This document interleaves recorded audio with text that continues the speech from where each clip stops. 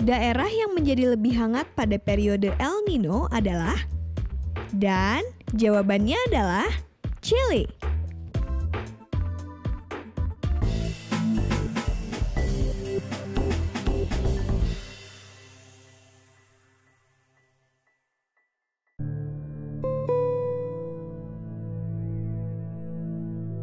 Kak, Ya. apakah pada saat terjadinya El Nino, cuaca di Indonesia juga bakal terpengaruh, Kak? Oh iya dong, karena pada saat terjadinya El Nino, sebaran awan hujan di Indonesia itu semakin sedikit. Dan potensi hujannya itu didorong ke wilayah Pasifik Timur, Pasifik Tengah, sama Amerika Tengah. Oh gitu, Kak. Terus nih, berarti pada saat terjadinya El Nino, wilayah-wilayah di Indonesia itu bakal dilanda kekeringan dong, Kak?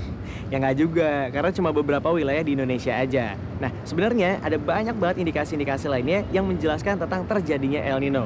Untuk lebih jelas ya, mending kita simak aja penjelasan yang berikut ini.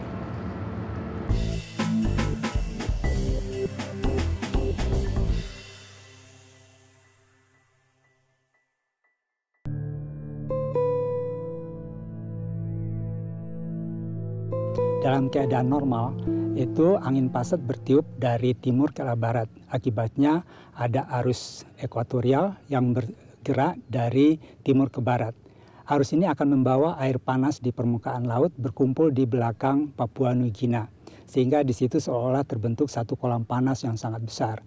Dan di kolam panas ini merupakan pusat hujan. Jadi dalam keadaan normal itu kita akan banyak hujan. Di Australia biasa-biasa saja, kemudian Amerika juga demikian. Tapi ketika terjadi El Nino, energi yang sangat besar ini bergerak. Tadinya di belakang Irian, dia bergerak ke arah timur. Akibatnya maka pola cuaca itu akan sangat terganggu. Pada kondisi El Nino, sebaran awan hujan sangat sedikit di wilayah Indonesia. Hal ini menyebabkan perubahan pola cuaca.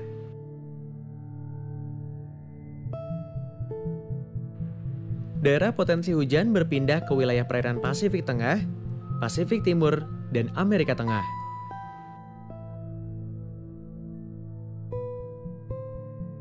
Selain itu, air laut bersuhu rendah yang mengalir di sepanjang pantai selatan Amerika dan Pasifik Timur berkurang atau bahkan menghilang sama sekali.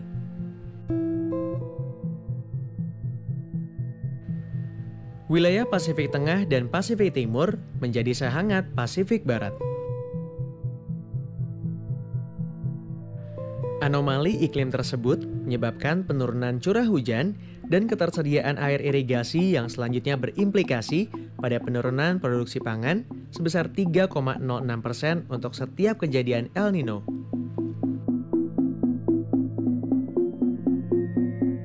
Kita perlu mengetahui secara lebih detail untuk masing-masing El Nino. Cara untuk mengetahuinya yaitu dengan melakukan pengamatan atau observasi di Lautan Pasifik.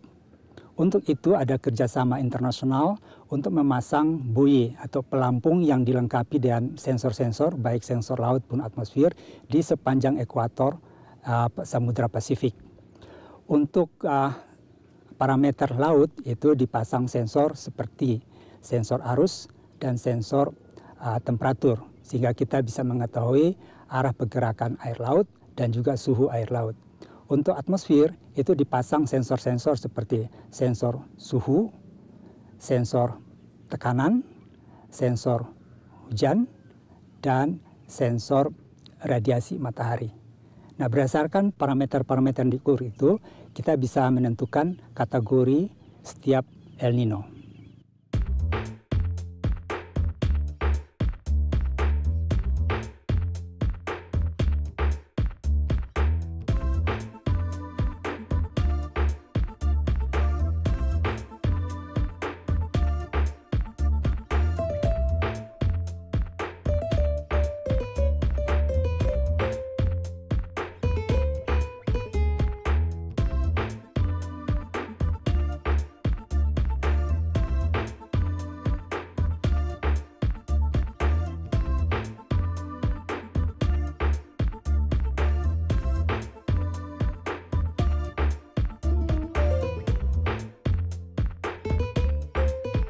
Manakah yang merupakan dampak negatif dari El Nino? Apakah hasil panen melimpah, hasil laut melimpah, atau kekeringan lahan?